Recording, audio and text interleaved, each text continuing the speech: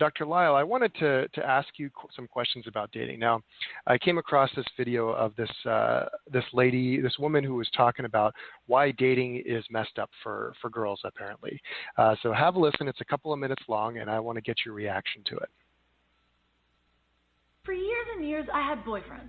I'm one of those girls that I'd have a boyfriend, and then suddenly magically I'd have another boyfriend. Sometimes they kind of overlap. Don't judge me. Shit happens. But I'm a boyfriend kind of girl. But now having been single for the first time in a long time, welcome to my new video. Why dating is fucked. Dating is weird to begin with. Hi, human. Wanna human with me a little bit? When a guy used to want to date a girl, he would ask her on a date. Show up at her house, probably with flowers or something. They'd even say hello to her father. I'm gonna bang your daughter within the next few dates, probably in my car, but I'm gonna look you in the eye, because I'm a man. Yeah, that was dating. Guys would plan things. It was an event. It gave girls a reason to get dressed up and smell nice and have a new outfit and feel all pretty and get girly. Yeah. At work, most of us girls basically have to act like dudes now. When we go on dates, we want to drop the workness and girl up. When girls feel pretty, they want to put out. But dates don't fucking exist anymore. Netflix and chill. And by chill, I mean kind of the opposite of chill. That would actually be quite warm. Has replaced getting to know each other and stupid fun conversation. If I don't get a piggyback ride from a guy within the first 3 dates, he's out. Girls gotta have her standards. Yeah, I'm sick of guys saying that girls are crazy and clingy because they text you when they like you. Acting like you're a goddamn 10, you're a 4. And with your shitty personality, you're like a -2. You're lucky that you don't have to fuck a blow-up doll. Yeah. If you actually want a real relationship, we have to stop playing fucking games. Don't get me wrong, I love games. I will kick all of your asses at Twista any day. Right hand on blue, already there. Left foot on green, you know it. I'm real. So what do you think, Dr. Lisle? Well, I think that it's an attempt to show some humor about the frustration level that people have with this process, and there's a theme that goes in this little vignette is about how it used to be better, different, more civilized, etc. But it's quite frankly the same game all over, and the game has not changed in 2 million years. And now is this just to give credit where credit's due. The name of the clip just is from Nicole Arbor, and she seems to make it all out to be about this is frustration from females. Is this only unique to females? The nature of this whole thing is frustrating. This is kind of let me give you an example of what this is like. This is like this is like an antelope, bitching about how it is that the lions there's just no end to it. The lions are always on the lookout for you. You constantly have to look left, right, and sideways. You have to be paying attention to the birds in the trees and any shift in the wind. Those damn lions, it just, this is how it is these days. If you're not on your toes, you're going to get eaten. Now, this is a game that has been going on forever, for millions of years. And the same thing is true with men and women having sex and having relationships and having babies. This process has been going on for 2 million years. When it comes to relationships.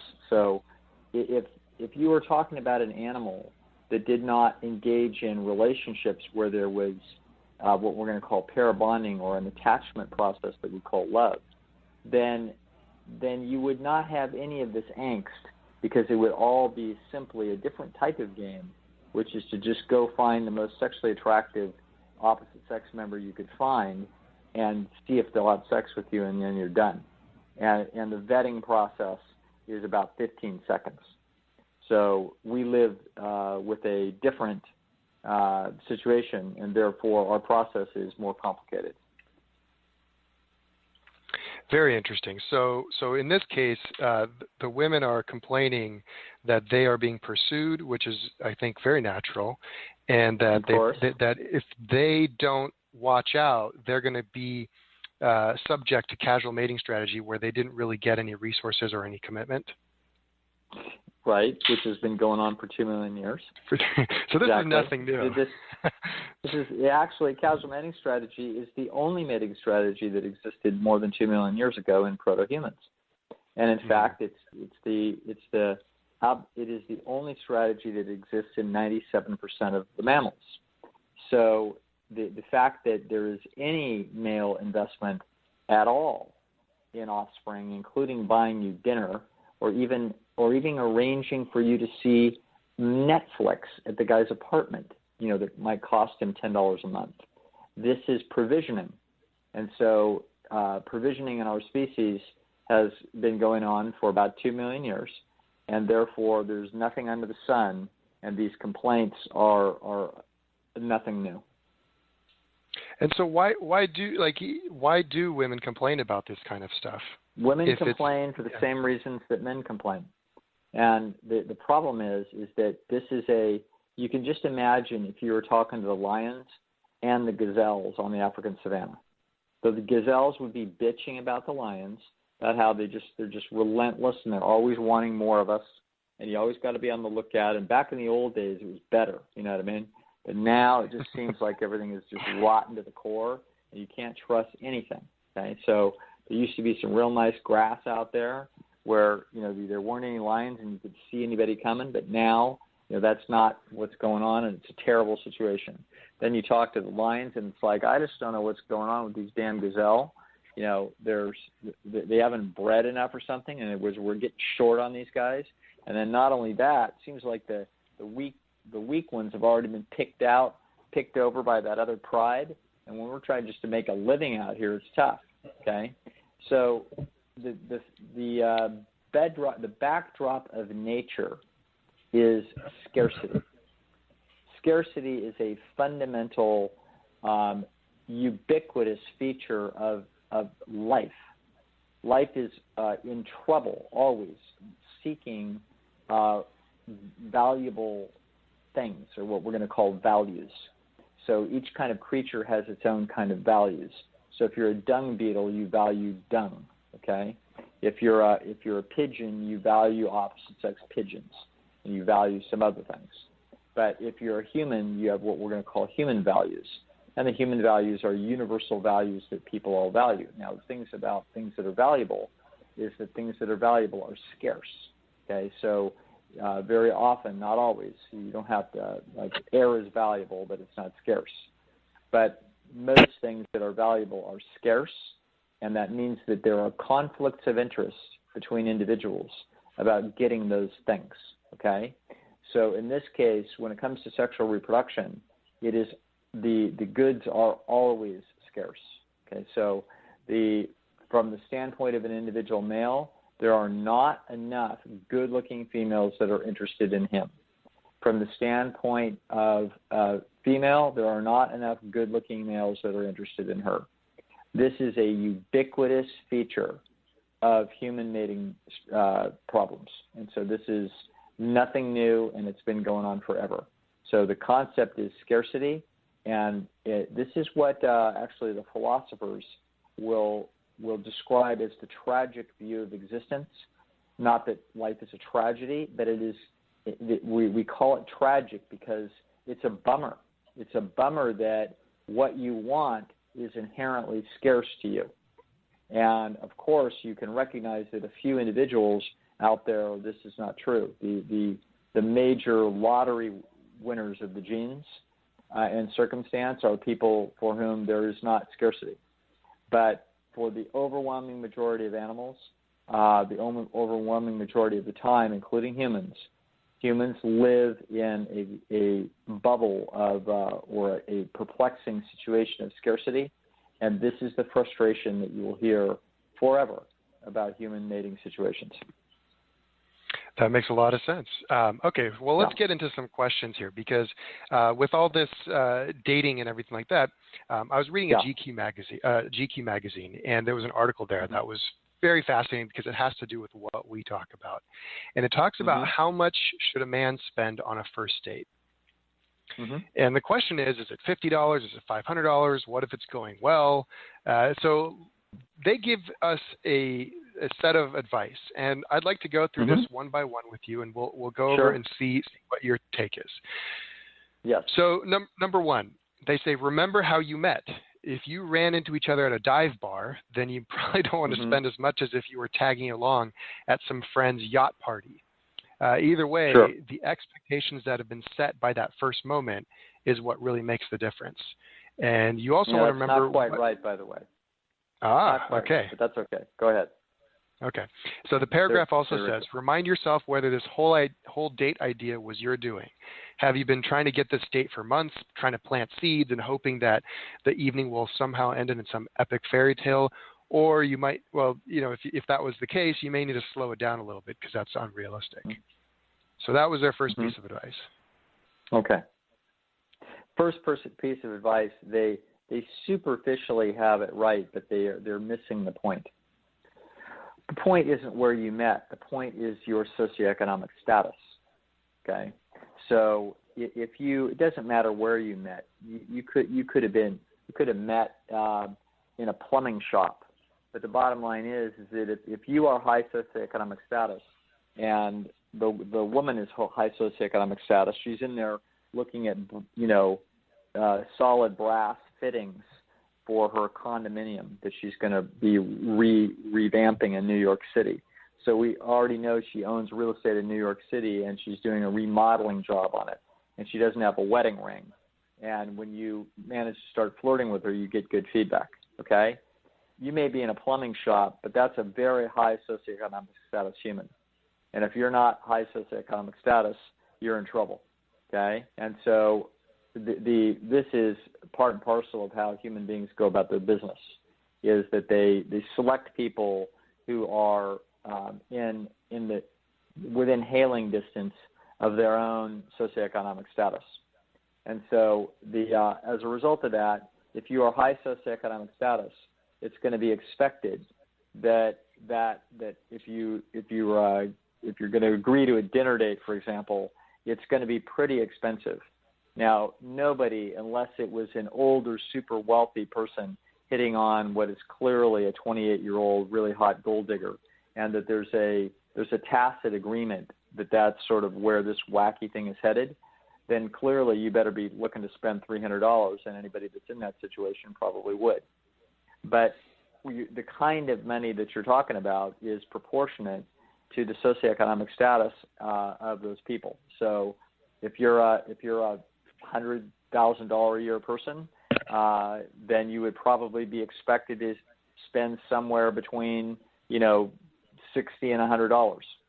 If you are a $50,000 a year kind of a person, that's probably who you're not hitting on, and so you're probably looking at $40 to $60 instead. Okay, so it's sort of, in principle, it's $1 for every $1,000 you make a year. That's probably a really good rule of thumb.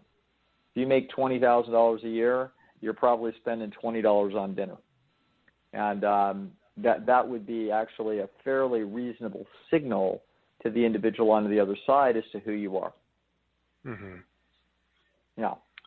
Okay. It's okay. Point number 2. They say your location will determine a few things. And it looks like you've kind of covered this, saying if you live in New York, expect to buy at least one extra drink on account of the no driving thing, and also to pay for a cab home. And they also said pay for the cab, not for Uber, because Uber allows you to see exactly where the person lives, which could be creepy. Mm-hmm. But if you're in a place like Iowa, you can probably afford to get an extra side of dinner or a dessert, even if the person says they're full, because it's the thought that counts. Yes. Now this is obviously advice for men. It depends on what strategy you are playing, and probably you should play this the same way no matter what.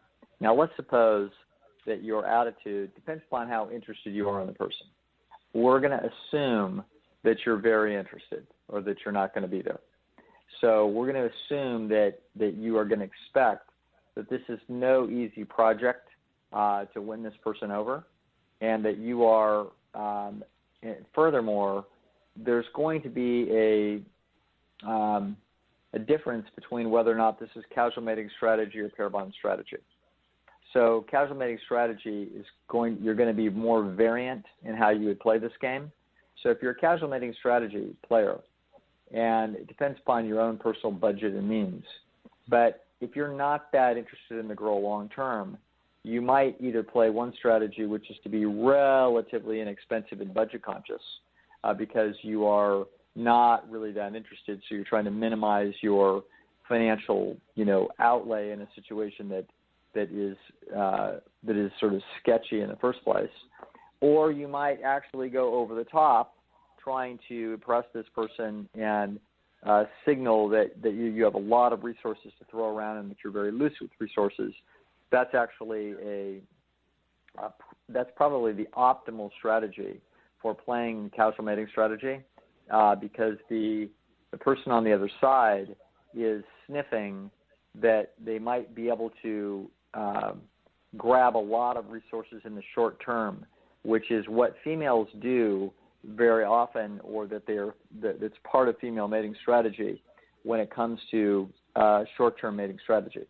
So you might want to just act really loose with your wallet, and in order to essentially, it isn't that it's so much impressing them, but it's more indicating that if they have a little fling with you for a couple of months or a few weeks, that there might be a lot of little financial advantages that may come from this, because you're not careful with your resources. Now, I'm not interested in either one of these games, but this is how one would go about making the decision. The games that I'm interested in are pair bond honest courting. And so if you are actually trying to make a good impression on this person, get to know her better, and try to vet her for whether or not this is a long-term relationship potential, then the way you want to do this is you want to signal your respect for her sexual attractiveness by going to the high side of wherever it is that you would normally consider eating. So if you would normally think that a pretty good restaurant would be $50 or $60 for two people, you should be at a place that's $80 or $100 for two people. If you'd normally go to a place a little fancier at $60 to $80 for a couple of people, you should pony it up, over $100 or that range. So the point is that how nicely you take somebody out, where you go, this is a signal to the female about how sexually attractive you find her. Then when you are there, the notion is to not be lavish and crazy the way you would with the casual mating strategy, but be very relaxed and generous. In other words, you're signaling that we're going to have a nice time, and that that what looks good for you, we're going to have some kind of appetizer. In other words, you're going to order a little extra things for yourself, et cetera, and you're certainly going to be having no compunction about anything and more that she wants to eat or drink. The notion here is we are trying to signal to this person that we find them very interesting, and that short-term expenses with respect to courting them are of no importance whatsoever. Now, the truth is that this is a generally very good strategy for a number of reasons, and that is that if you are so we're not going so far as to lavishly waste money in the way that we would for casual mating, but we are close. In other words, we're generous and relaxed, and we are not thinking and looking at the bill. We are acting unconcerned about the financial issues. The reason why is that you are going to be able to see inside of that female's psychology about this whole thing. Somebody that is probably a good pair bond partner is going to be relatively conservative about how she goes about spending those resources at dinner. She's going to be thinking along those lines. Also, females are going to be there's a tacit agreement in male provisioning females that if you provision the hell out of them, they understand that there's a creeping little debt of sexuality that's creeping up on the other side of the ledger. And so therefore a female that is not really is not a casual mating target, that is somebody that is that has more defense of the eggs than that, is going to not be so lavish about spending your money. And therefore, you don't have to worry about that, quote, you might get taken advantage of by the right person. You might be, quote, taken advantage of by the wrong person, but then you just found out something very important. Okay, so so therefore that's research money into that woman's character and how she goes about this dance. So that's how I look at that situation. I think it's important to signal that you are not trying to save $10 at that dinner in your decision making. The whole point here is that you're trying to provision her to the state where she's comfortable and having an excellent time and not worried about the financial issues. Remember, guys, all this wacky talk about female equality or that she should pay half or any kind of crazy stuff like this, you have to understand that we are designed by nature to risk our lives and limbs to provision females. That is exactly how the females are designed by nature to read our behavior and be looking for whether or not we are signaling that we would do such a thing for them. If you do not signal that you would do such a thing for them, they understand that they are not that valuable to you, and therefore they're in the wrong place. That's very interesting that you said that, because I remember a long time ago when I was in college, and I went on a 1 or 2 dates with this self-described feminist, and that was a while ago, so it wasn't like this big thing. But she was telling me about how women should be equal, and they should pay for their own things. So I said okay, and we went out, and the bill came, and I said, well, aren't you a feminist? And she goes, yeah, and she was like insistent on paying her own half. And I thought, okay, well, I guess she wants to do that, and that's fine. But I never saw her again.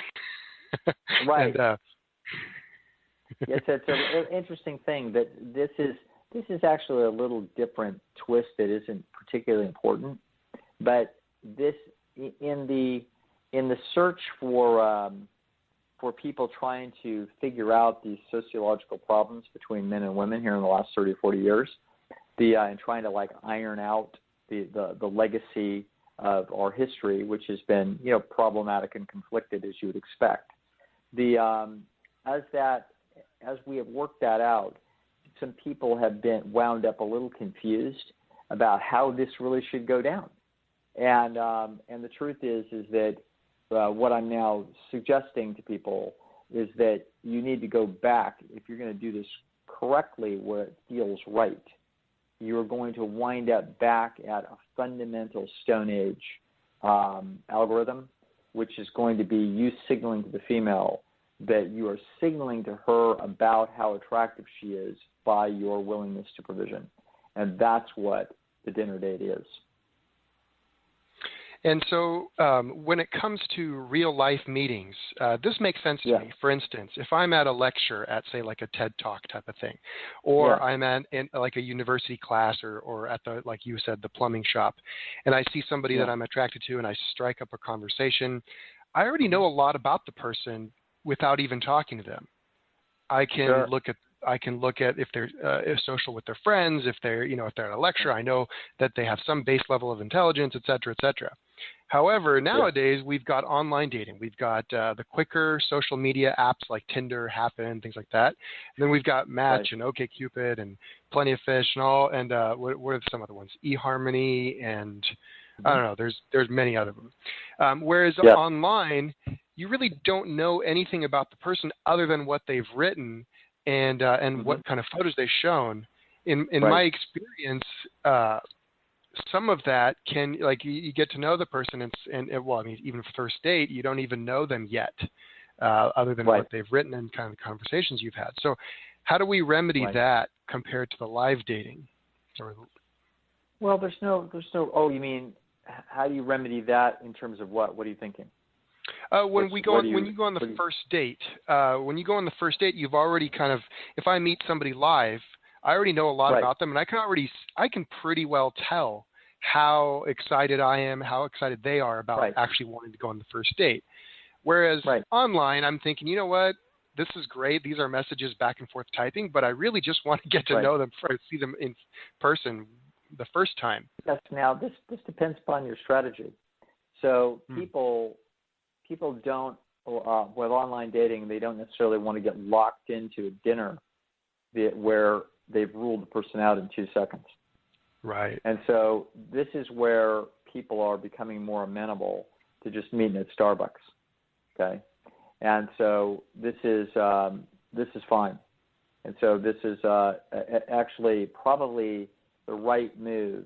I mean, a good move for men is to offer that you would take them to dinner or lunch or whatever. If they parry back that they, how about if we just have a casual, or you could even signal to them, in other words, if there's been, in online, you write to them, you say you're interested, they write back if they're interested, okay? Well, so far now you've got a live fight on the line. So the next move is going to be, you're going to suggest getting together, and then a good move is to suggest, whether you want just a casual meeting for coffee or tea, or would you like to, you then also invite them to dinner. I think that it's a good move to essentially signal both. And then the woman can choose how it is that she wants to play it, okay?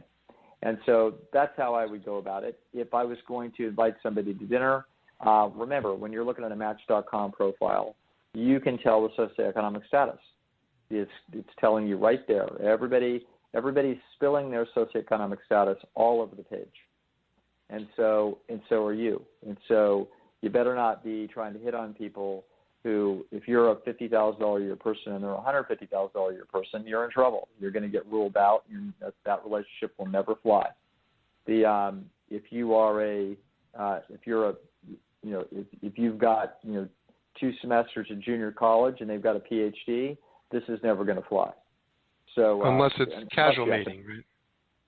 Yes. Well, this is a whole different animal. So when I'm discussing this, I'm discussing this through the lens of pair bond strategy for the reason that pair bond strategy is the overwhelmingly dominant strategy of the female. Okay. I see. So the casual mating strategy is a strategy that typically males play on females while they are pretending to play pair bond strategy. So that's a whole different situation there. That's the disgust of the female that made that comedy thing early in this tape. So So when we're talking about this here, the game plan is you certainly are only going to be writing to people and hitting on people that you believe you're attracted to them, and you believe that the general parameters make a lot of sense in terms of socioeconomic status, and that you are hopeful that this is a potential pair bond strategy. So the problem is, of course, that as we discussed last week when we talked about the magic 10%, people are cheating in their photography exactly to the level of 10%. So a 6 looks like a 7, an 8 looks like a 9, and a 9 looks like a 10. That is exactly what's happening. It's interesting that people do not generally try to cheat more than that. So there are 7s out there that might have one photograph that looks like a 10, but they will leak the fact that they are a 7 in one of their photographs. So one of the founders of Match.com pointed out that everybody is privy to this, and so that when it comes to the responses that people actually get, as he put it, quote, "You're only as good as your worst photograph." So when you see 6, when you see 6 photographs that look like she's an 8 to a 9, and then you see one that looks like a 7, the guy knows that then no, she's really a 7. Okay. That's a good point. That's a good point because I was just hanging out with a buddy a couple of days ago, and we were just having coffee and chatting, and we were showing each other. He was showing me some of the matches that he's gotten on these sites, and in the middle of our conversation, apparently one of the ladies that he's been talking to changed a couple of her photographs, so he notices that, and right away he's like, "What the heck?" Never mind. Yeah. And that's exactly what happened. Is she looked like she was way more attractive, and then all of a sudden, got ruled out. And this is what people do: is this is what I call leaking the truth. Okay. So when someone is caught, or they are very likely to be caught in a lie, they start leaking the truth. Is what happens. So they start, finagling around the edges. And sort of leaking little cues that it isn't quite what it is that they said before. So this is exactly what happens in these profiles with the photography. So they don't lie in the rest of their situation very much. They don't, then not outside of any reasonable bounds.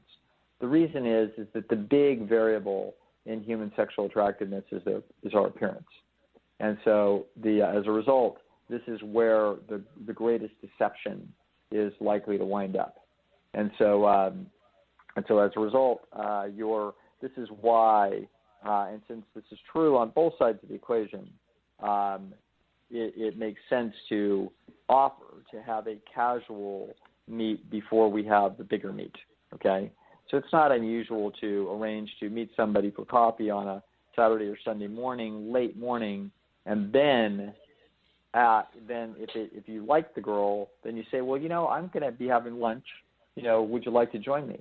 And so if you like her, then and she likes you, she's very likely to say yes. Okay? And then your plan would be you should have the plan is to head to a lunch that is pretty consistent with your socioeconomic status. Okay, so you don't cheap it out, and that's probably the thing that I would tell men. The most important thing to do is to don't be trying to save money on this process. This is the only point to the money, really, when it gets down to it. The whole point to working hard and getting resources is to be able to use these resources in various ways to finagle for mates.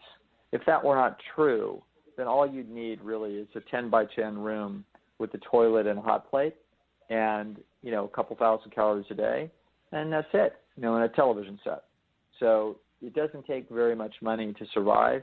It takes money to create the accoutrements that signal that one could not only can provision a female, but could provision a female and children, regardless of sort of where it is that you are in life and what your plans are.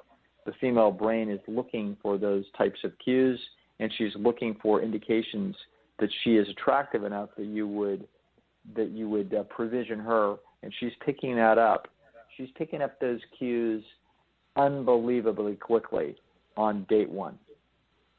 Well, okay. So what about in terms of resources, what about things like paying for the gym membership, the yoga classes, the whatever, skydiving lessons, scuba lessons, or whatever kind of fun stuff that you do with your friends or by yourself, or paddle boarding or whatever, all that stuff. Is that just all about mating? Slow down. So I'm not quite sure what you're asking.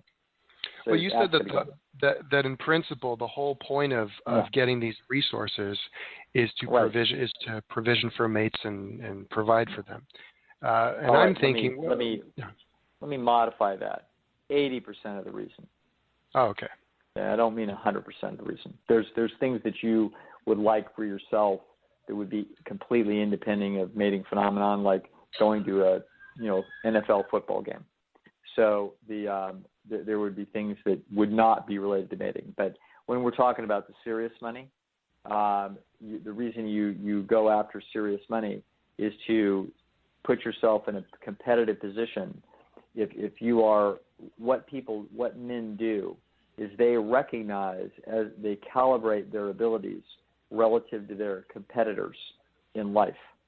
And so you are competing with people in your age cohort for the most attractive females that would find you acceptable within that age cohort. Whether you know it or not, or you recognize it or not, of course you sort of recognize it. You are waging war against all other men that are after the same women that you're after. And one of the ways that the women decide and choose between worthy competitors is they are choosing on a variety of factors. One of those factors, a critical one, is resources. That's why those are posted on something like Match.com. How much money do you make? Okay, that's why that's a major question for females to have on there. Notice males don't care that much what the females make. The female can unashamedly put that she makes $25,000 to $35,000 a year. Okay, a male that has to put that down just ruled himself out of any female that makes north of $50,000 in all probability. So these are mechanisms by which people make these mating decisions, and so therefore in our dating behavior, we are signaling, who it is that we are and what our intentions are for that female. So be solidly on the generous side is what I would tell everybody. Okay. All right. So let's continue with the rest of the advice with the GQ magazine article. So they also said, do a checking account gut check. The goal here is not to eat off the dollar menu for a week just because you went big on the first date. So look at your bank statement and come up with a rough estimate of what you can spend in one night, and then add a little bit more just to give yourself some wiggle room. That way, if you blow your budget, you can still make rent. Yeah, this is all sort of funny talk. This is almost useless talk for anybody that makes a reasonable salary. This I guess is what, if we were talking to undergraduates about, gee, don't go to the fancy pizza parlor because you might be $8 short. The amount of money that you would spend on a date with a female should not have anything to do with your monthly budget or you making rent. If it does, then you are not ready to be in the market for looking for a female. You need to be working harder, getting extra hours, and putting some money in the bank. Okay, so you do not, that's just sort of ludicrous talk out of sort of a, this sort of magazine that just has to come up with readable moronic articles, every week. As you're saying all this, I'm kind of thinking I have a box of gift cards in my room that I saved just for first dates. No, I'm just kidding. So this is the notion here is that this is serious business and you are trying to find somebody that you're really interested in. The notion here is you need to be prepared to go through a provisioning courtship process, which will not be inexpensive. Okay. Now, every female recognizes that there's a decay function on how expensively she will be treated for how long. Okay, so it's going to be, fancy, then a little less fancy. Okay, so she recognizes that this is reasonable. That the early going in the first few dates is a signaling mechanism that the male is telling her, you are very attractive and I am very serious about pursuing you, and I am not going to be cheap on the resources in doing it because essentially I would direct my life resources towards you if we were together. So this is the signal that he is sending her. Now, it's perfectly reasonable as we step it down to more normal spending habits and remember, the spending habits shouldn't be so far out of line with who it is that you are as a person, because this should be your socioeconomic status.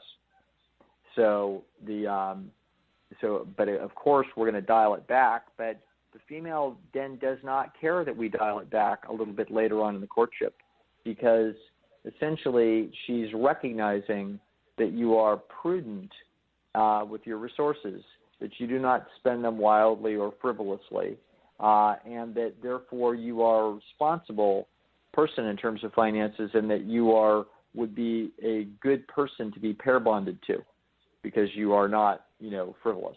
And so there's nothing wrong with this basic strategy if you're playing pair bond strategy. Okay. And so the next part is, don't set the bar too high. First dates are about figuring out if the person is a reasonable human or totally nuts. Going to the fanciest restaurant and then arranging for a flock of doves to emerge from the dinner after it isn't just overzealous, it sets the wrong kind of tone for future dates. Where do you go after that? Second dates have to be better than first dates because you've already burned through all the small talk and pleasantries. Yeah, you know what? This is all dating advice from morons. First of all, nobody goes over the top like crazy on the first date unless you're after casual mating strategy. Okay, so if you're a high provisioning male with a lot of money to throw around and you're trying to impress a sugar baby, then go for it. Of course, you're going to have you're going to put them on a jet and whatever the hell it is that these people do. That's not what we're talking about, and nobody goes over the top crazy on date one. Okay, so that's not a threat that anybody needs to be warned against. They have to be warned against typically of looking too cheap. Okay, that's what you need to be warned against. You need to be understanding that you're sending a signal. Now, this is what this is about, by the way. This is called signaling theory. And so this was a major innovation in biology in the 1990s, where we came to understand that animals are constantly sending signals to each other. And then it was a little while later that Jeffrey Miller, brilliant psychologist at University of New Mexico, his head started to get clear over the fact that human beings are also, just like animals, sending signals constantly. And so the early dating situation, all of it, every single bit of it, is nothing other than signal, signal, signal, signal, signal. These are all signals going back and forth. And so the signals are, what do I really think of you, and why am I interested? What are my intentions, et cetera. And so the concept of it builds and the second date's better than the first date is just complete and utter bullshit. You go to the second date that should be relatively the same in terms of provisioning as the first date. If you're serious and interested in the person, what counts in the second date, you are not, quote, out of small talk. You are never out of small talk with the right person.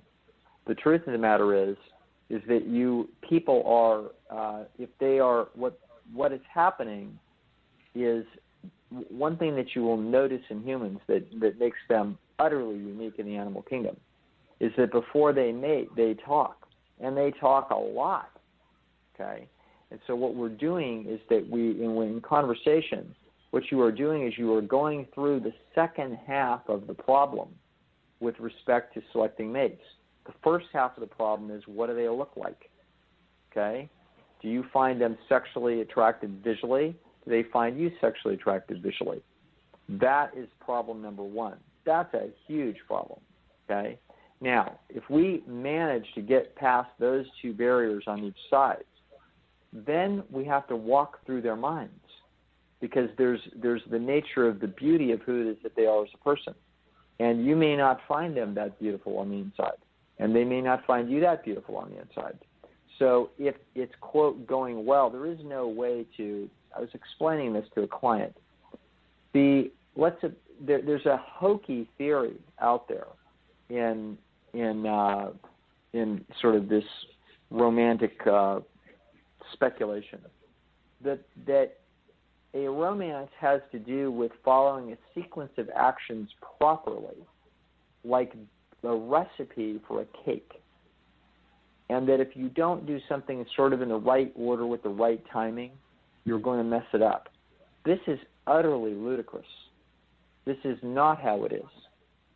Human beings have deep, genetically built algorithms inside their heads to go through a process of vetting mates. This is why people could have been very interested in each other at one point in their life, but one of them already had a partner, and they were in a marriage, et cetera, et cetera. Then 4 years later, that person, those two people might have met briefly in some meeting for kicked around and had 20-minute conversation. And yet they part ways. They know who each other's are. That's my cousin's friend, so-and-so. But, I'm married. I'm not going to do anything about it. Maybe she's, who knows. Then 4 years later, they find out, oh, that's happened. That person's available. Many love stories look like this, where now it's like, holy smokes. This is exactly what happened with Michael J. Fox, by the way. Michael J. Fox had met Tracy Pollan when I think she was a guest on his show 30 years ago. And he was very interested. They had that week of interaction where they shot the half-hour show, whatever it was, Family Ties. And then 2 years later, she broke up with her boyfriend, and he heard about it. He's like, really? Huh, that's too bad. Where's the phone? Okay? So this is because the people are vetting each other. You aren't baking a cake and creating a romance. That is not how this works. Romantic notions and attraction to individuals, it emerges spontaneously out of the interaction of those two individuals. It does not require a fancy restaurant. It doesn't require having a lot of fun. It doesn't require any ambiance. You can be sitting on a curb in the middle of an industrial area with smog, okay? Those two people are talking, making eye contact, listening, learning, asking questions, and vetting each other as they walk through each other's minds. They look at each other's bodies. They look at each other's faces. They look at facial expressions. They listen to stories. They essentially are finding out whether or not each other qualify at the minimum standard for every single value that is important to each other. If they do not qualify at minimum standard on every single thing, then this thing will die. And people so have I'm thresholds thinking of acceptability. Yeah, go ahead. So I'm thinking, like, because of this, does that make it so that the actual amount that you spend in a restaurant or a first date, is that less important? For instance, if people are going to have that connection and they're just they have that connection, meeting up for coffee, and then or maybe I'm just being cheap. Who knows? Yeah, you are being cheap, because the truth of the matter is, let's suppose you let's look at how disastrous this is. Remember, what the female is doing is she is looking at, essentially, even on a first date when you haven't met her. Let's suppose you had a Match.com profile and you thought you were interested, right? And so you decided to meet for a dinner date, and you decided, yeah, but I'm not really sure I'd be really that interested in this girl. So the truth is I'm going to cheap it out. I'm going to go to a place that I'm going to get out of there for $44, okay? Because you know what? Being who I am financially, I could reasonably afford to signal that it wouldn't be unreasonable for me to spend $70. But you know what? I'm not going to do it. I'm going to try to cheap it out and get out of there for under $50. So you pick a place where you think you're going to save $25 on this whole thing. And what walks in? Okay? What walks in is the right girl. And now what you're doing is you're on a little bit of stress, because you're like, shit, okay? I could have sent that, I should have upped this game. Now, hopefully, and you probably will get away with it if she is the right girl, but it's still not the right strategy. Okay, so you're putting yourself, you're handicapping this process, and it's a dumb move to save $25. So let's suppose that maybe you get 22 new dates a year. So you're going to spend an extra $25 a date. This is a $625 investment. Best investment you'll ever make. My future dates will thank you, Dr. Lisle. There you go. All right. Question number, the point number 5. We got a couple more to go. Sure. Build up to the expensive stuff. If you really want to plan ahead or aren't sure how things are going, like a blind date or a fear of commitment, give yourself a buffer intro date. Something that's best to start with something chill, less pressure, inexpensive, like drinks. Then if things turn out to be a failure, you can just quietly excuse yourself without spending a ton. Diving headfirst into a Michelin-rated restaurant just to have the person tell you that she's involved in organized crime will be both awkward and expensive. Yeah, this is all sort of reasonable and obvious, and it's just what we've been talking about. So we can skip that. Go ahead.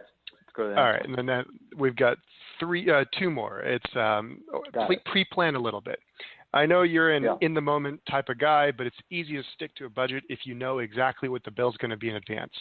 This is the kind of stuff that falls into the cute first date category, like comedy shows, art gallery openings, and concerts.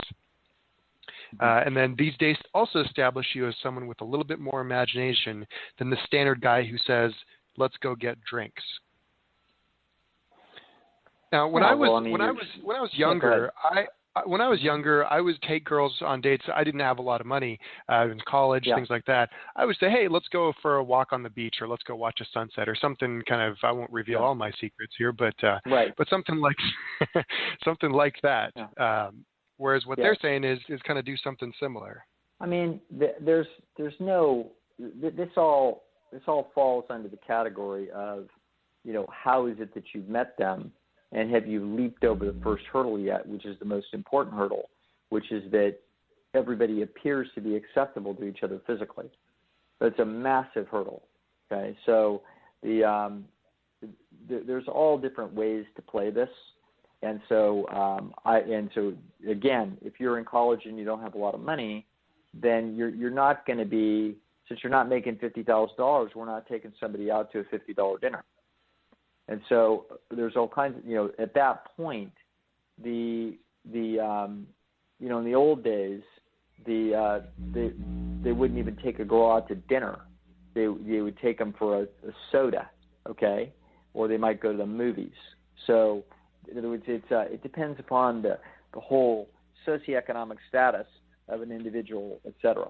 So yeah, I think I've kind of covered this issue pretty well. So let's just kind of skip on and see what their next question is. Okay, that sounds good. And you've already touched on all this. And the last point is actually saying exactly what you've said: is don't be cheap. You have to pay, and be gracious and cool about it. And don't have any expectations. Don't even joke about quid pro quo sex. And they also say, which is what you suggested, is that if your date offers to split it with you, and if she's super adamant about it, then you'll probably take it as a sign of a very highly independent person, or that he or she just isn't that into you. Yes, and that they've had like PTSD about too many people trying to get quid pro quo. I would say that the right move is if she tries to pay, you say no. And if she insists, you say no again. Okay, and you say, of course not. Okay, it's my pleasure. Right? So this is what you signal.